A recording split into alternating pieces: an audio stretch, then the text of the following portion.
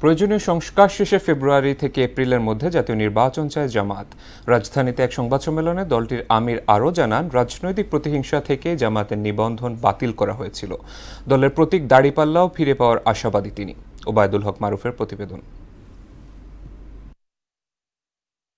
দলের নিবন্ধন ফিরে পেতে দীর্ঘ এক যুগ আইনি লড়াই শেষে রবিবার আপিল বিভাগ থেকে নিবন্ধন ফিরে পায় জামায়াতে ইসলামী। এ নিয়ে প্রতিক্রিয়া জানাতে মঙ্গলবার রাজধানীর একটি হোটেলে সংবাদ সম্মেলনের আয়োজন করে দলটি।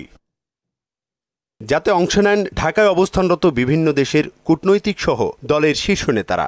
এই রায় প্রকাশ হওয়ার আগে জামায়াতে ইসলামীর যে অবস্থা ছিল, তার নিবন্ধন, তার প্রতীক, সেই বিষয়টি সমাধান করার জন্য, দ্রুত সমাধান করার জন্য নির্বাচন কমিশনকে তারা নির্দেশ প্রদান করেন। ফ্যাসিস্ট বিদায় নিলেও ফ্যাসিজম বিদায় নেয়নি জানিয়ে জামায়াতের আমির বলেন, ফ্যাসিজম নির্মূলে ফেব্রুয়ারি থেকে এপ্রিলের মধ্যে সুষ্ঠু ও গ্রহণযোগ্য নির্বাচন চান তারা। ফ্যাসিজম বাংলাদেশ থেকে এখনো বিদায় নেয়নি, তার কালো ছায়া এবং ভূত এখনো জাতির ঘাড়ে রয়ে গিয়েছে। এই জন্য প্রয়োজন হবে একটি অবাধ, সুষ্ঠু এবং গ্রহণযোগ্য নির্বাচন অনুষ্ঠানের।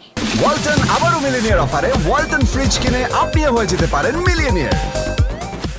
এটিএম আজহারের মুক্তি ও মানবতা বিরোধী অপরাধ ট্রাইব্যুনালে শীর্ষ রাজনৈতিক নেতাদের উপর কার্যকর হওয়া বিচার বিষয়ে জানতে চাইলে তিনি বলেন, এই জীবনগুলো আর ফেরত আসবে না, কিন্তু দুনিয়াবাসীর সামনে এটা পরিষ্কার হয়ে গিয়েছে এই রায়ের মাধ্যমে যে তাদেরকে কিভাবে খুন করা হয়েছে। আমরা চাই না বিচার বিভাগকে ব্যবহার করে আমাদের উপর যে অবিচার করা হয়েছে, সেইটা আমরা যে বিচার চাইব সেখানে কারো উপর অবিচার করা হোক, এটা আমরা চাই না। দেশের সার্বভৌমত্বের উপর কারো আধিপত্য মেনে নেওয়া হবে না বলেও জানান ডাক্তার শফিকুর রহমান।